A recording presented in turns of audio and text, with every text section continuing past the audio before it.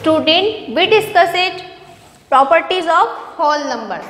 Properties of whole numbers. But whole numbers, what is whole numbers?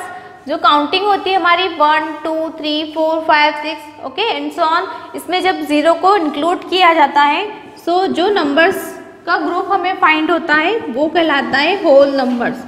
Okay, ये group क्या कहलाता है? Whole numbers. जब नेचुरल नंबर में जीरो ऐड किया जाता है so this group is called as whole numbers. Clear that? अब देखिए हम होल नंबर्स की प्रॉपर्टीज को डिस्कस करेंगे.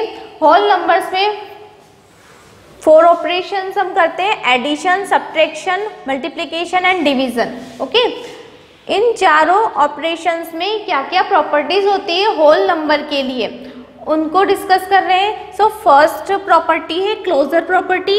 इस प्रॉपर्टी के अंदर यदि दो नंबर्स को हम ऐड करते हैं, एडिशन की पहले बात करें तो यदि हम दो होल नंबर्स को ऐड करते हैं तो जो थर्ड नंबर जो फाइनल आंसर हमें फाइंड होता है वो भी एक होल नंबर हो तो क्लोजर प्रॉपर्टी अप्लाई होती है. तो एडिशन के अंदर क्लोजर प्रॉपर्टी अप्लाई होती है because a plus B is equal to सी.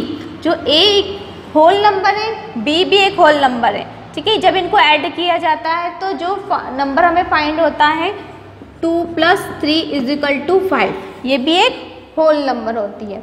ठीक है, सो किसी भी दो होल नंबर को जब हम ऐड करते हैं सो जो फाइनल आंसर हमें फाइंड होता है वो भी एक होल नंबर होता है. सो एडिशन के अंदर क्लोजर प्रॉपर्टी अप्लाई होती है. ठीक है, क्लोजर प्रॉपर्टी के अकॉर्डिंग जब भी हम कोई दो होल नंबर, दो या दो से ज़्यादा होल नंबर्स को ऐड करते हैं सो जो आंसर हमें फाइंड हो अगर वो भी होल नंबर ही हो तो क्लोजर प्रॉपर्टी अप्लाई होती है. तो एडिशन के लिए क्लोजर प्रॉपर्टी अप्लाई होती है हर कंडीशन में. ठीक है, नेक्स्ट है कम्यूटेटिव लॉ. कम्यूटेटिव लॉ में मीन्स नंबर्स को ऐड करते हैं, एडिशन की प्रॉब्लम्स को जब हम सॉल्व करते हैं सो यदि उसमें कम्यूटेटिव प्रॉपर्टी अप्लाई हो तो उसके लिए क्या कंडीशन है कि यदि हम a प्लस बी करें या b प्लस a करें तो आंसर कैसा होना चाहिए?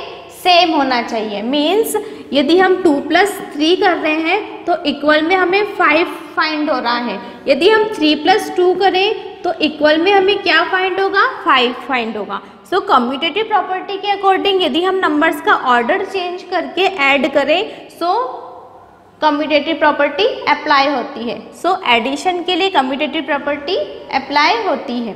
ठीक है, नेक्स्ट है associative property. Associative property addition में अप्लाई होती है या नहीं चेक करते हैं. देखिए सबसे पहले ये जानना जरूरी है कि एसोसिएटिव प्रॉपर्टी क्या होती है. एसोसिएटिव प्रॉपर्टी जब हम एडिशन में ज़्यादा नंबर्स रहते हैं और उनका ग्रुपिंग करके हम ऐड करते हैं, a, b और c 3 नंबर से. ओके, यदि हम a प्लस b को पहले ऐड करें फिर c को ऐड करें तो इसका आंसर, और a को अलग से रह करके b प्लस c को ऐड करें और a को फिर बाद में ऐड करें तो इसका आंसर कैसा हो? सेम हो. तो इसे कहा जाता है एसोसिएटिव प्रॉपर्टी. ठीक है, एसोसिएटिव प्रॉपर्टी के अकॉर्डिंग 3 या ज़्यादा नंबर्स को हम ऐड करते हैं और उनकी ग्रुपिंग करते हैं और ग्रुप को चेंज करके फिर ऐड करते हैं तो answer will be same. So associative property is apply. ठीक है, clear that? So closure property में क्या होता है एडिशन के लिए? क्लोजर प्रॉपर्टी एडिशन के लिए होती है कि जब दो होल नंबर्स को ऐड किया जाता है और जो फाइनल आंसर हमें फाइंड हो वो भी होल नंबर हो सो एसोसिएट क्लोजर प्रॉपर्टी अप्लाई होती है. ठीक है, नेक्स्ट है कम्यूटेटिव प्रॉपर्टी. कम्यूटेटिव प्रॉपर्टी के अकॉर्डिंग दो या ज़्यादा नंबर्स के ऑर्डर को चेंज करके यदि हम ऐड करें और आंसर हमें सेम फाइंड हो तो कम्यूटेटिव प्रॉपर्टी अप्लाई होती है. देन एसोसिएटिव प्रॉपर्टी क्या होती है? एसोसिएटिव प्रॉपर्टी के अंदर हम इनको नंबर्स को ग्रुप बनाते हैं. ओके, ग्रुप बनाते हैं और अलग अलग ग्रुपिंग करके फिर ऐड करते हैं. सो उस कंडीशन में यदि आंसर सेम रहता है तो एसोसिएटिव प्रॉपर्टी अप्लाई होती है. ठीक है, नेक्स्ट सब्ट्रैक्शन के लिए. सब्ट्रैक्शन के लिए क्लोजर प्रॉपर्टी अप्लाई नहीं होती है बिकॉज देखिए हम 5 एक होल नंबर है. क्लोजर प्रॉपर्टी अभी हमने डिस्कस की. क्लोजर प्रॉपर्टी क्या होती है कि यदि कोई दो होल नंबर को ऐड करें, अब हम सब्ट्रैक्शन की बात कर रहे हैं तो कोई दो होल नंबर को सब्ट्रैक्ट करें तो आंसर भी होल नंबर फाइंड होना चाहिए, बट सब्ट्रैक्शन में ऐसा ज़रूरी नहीं है, हमें होल नंबर तो फाइंड हो भी सकता है और नहीं भी हो सकता है। ठीक है, यदि हम 5 - 7 सब्ट्रैक्शन करें, 5 भी एक होल नंबर है और 7 भी एक होल नंबर है, सो 5 - 7 कितना होगा, 2 होगा, बट -7 है तो -2, तो -2 is not a whole number, इसलिए क्लोजर प्रॉपर्टी यहाँ पर अप्लाई नहीं होती है। देन कम्यूटेटिव प्रॉपर्टी भी सब्ट्रैक्शन के लिए अप्लाई नहीं होती है, बिकॉज यहाँ पर हम नंबर्स के ऑर्डर को चेंज करें तो ये इक्वल मीन्स सेम नहीं फाइंड होते हैं। ठीक है, नेक्स्ट है एसोसिएटिव प्रॉपर्टी। सो एसोसिएटिव प्रॉपर्टी के अंदर भी ग्रुपिंग करनी पड़ती है, सो ग्रुपिंग के आंसर यदि सेम होते हैं तो एसोसिएटिव प्रॉपर्टी अप्लाई होती है, तो सब्ट्रैक्शन के लिए भी ये प्रॉपर्टी एप्लीकेबल नहीं है, मीन्स इसमें आंसर सेम नहीं होते हैं, सो एसोसिएटिव प्रॉपर्टी भी सब्ट्रैक्शन पर अप्लाई नहीं होती है। ठीक है, सो नेक्स्ट है मल्टीप्लिकेशन के लिए क्लोजर प्रॉपर्टी अप्लाई होती है, बिकॉज क्लोजर प्रॉपर्टी के अकॉर्डिंग एक होल नंबर का दूसरे होल नंबर में मल्टीप्लाई करने पर जो आंसर हमें फाइंड होना चाहिए वो कैसा होना चाहिए, होल नंबर होना चाहिए, तो किसी भी होल नंबर का मल्टीप्लाई करने पर हमें होल नंबर ही फाइंड होगा। क्लियर दैट, सो ऐसा क्लोजर प्रॉपर्टी अप्लाई होती है। ठीक है, नेक्स्ट है कम्यूटेटिव प्रॉपर्टी का मीन्स है कि हम उनका ऑर्डर चेंज करके मल्टीप्लाई करें तो जो आंसर हमें फाइंड हो वो कैसा हो, सेम हो। सो मल्टीप्लाई की भी एक प्रॉपर्टी होती है कि हम a मल्टीप्लाई बाय b करें या b मल्टीप्लाई बाय a करें, आंसर इज सेम। ठीक है, तो कम्यूटेटिव प्रॉपर्टी अप्लाई रहती है। देन थर्ड है एसोसिएटिव प्रॉपर्टी क्या होती है, इसमें हम ग्रुपिंग करते हैं, यदि ग्रुपिंग के आंसर सेम होते हैं सो एसोसिएटिव प्रॉपर्टी अप्लाई होती है। सो मल्टीप्लाई में ये प्रॉपर्टी अप्लाई होती है, बिकॉज हम 2 मल्टीप्लाई बाय 3 करके देन मल्टीप्लाई बाय 4 करें या फिर 3 मल्टीप्लाई बाय 4, इन दोनों का मल्टीप्लाई करने के बाद 2 का मल्टीप्लाई करें, सो आंसर कैसे होंगे, सेम होंगे, इक्वल होंगे।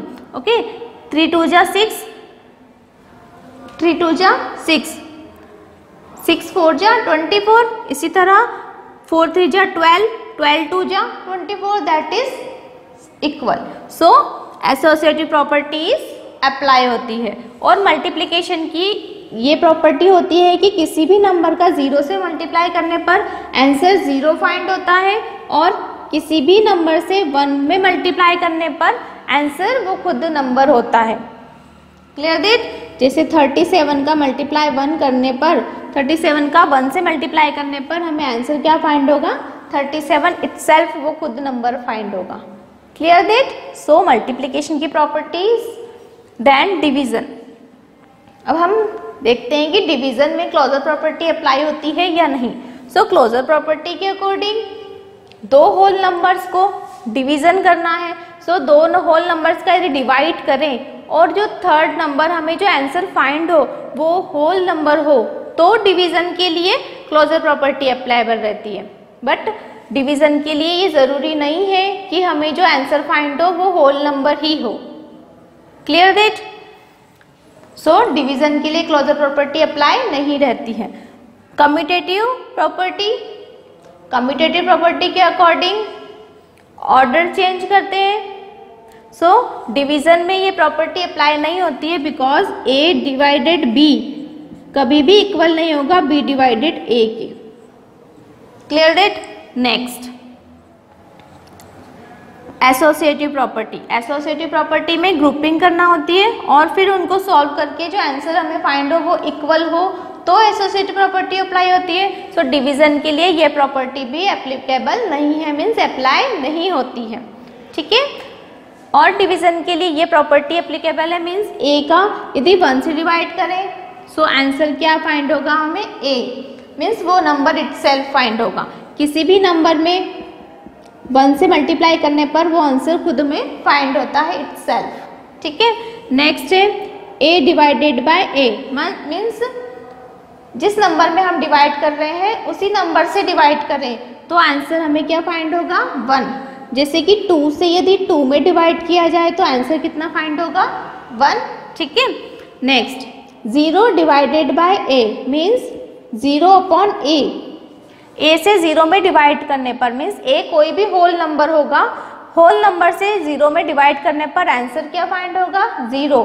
बट ऐसा a divided by 0 not defined means a कोई होल नंबर है, होल नंबर में यदि 0 से डिवाइड करें तो इसका आंसर नॉट डिफाइंड है मीन्स इसे परिभाषित नहीं किया जा सकता है। ठीक है, सो स्टूडेंट इन प्रॉपर्टीज पर बेस्ड बहुत सारे क्वेश्चन से सॉल्व करते हैं हम आज।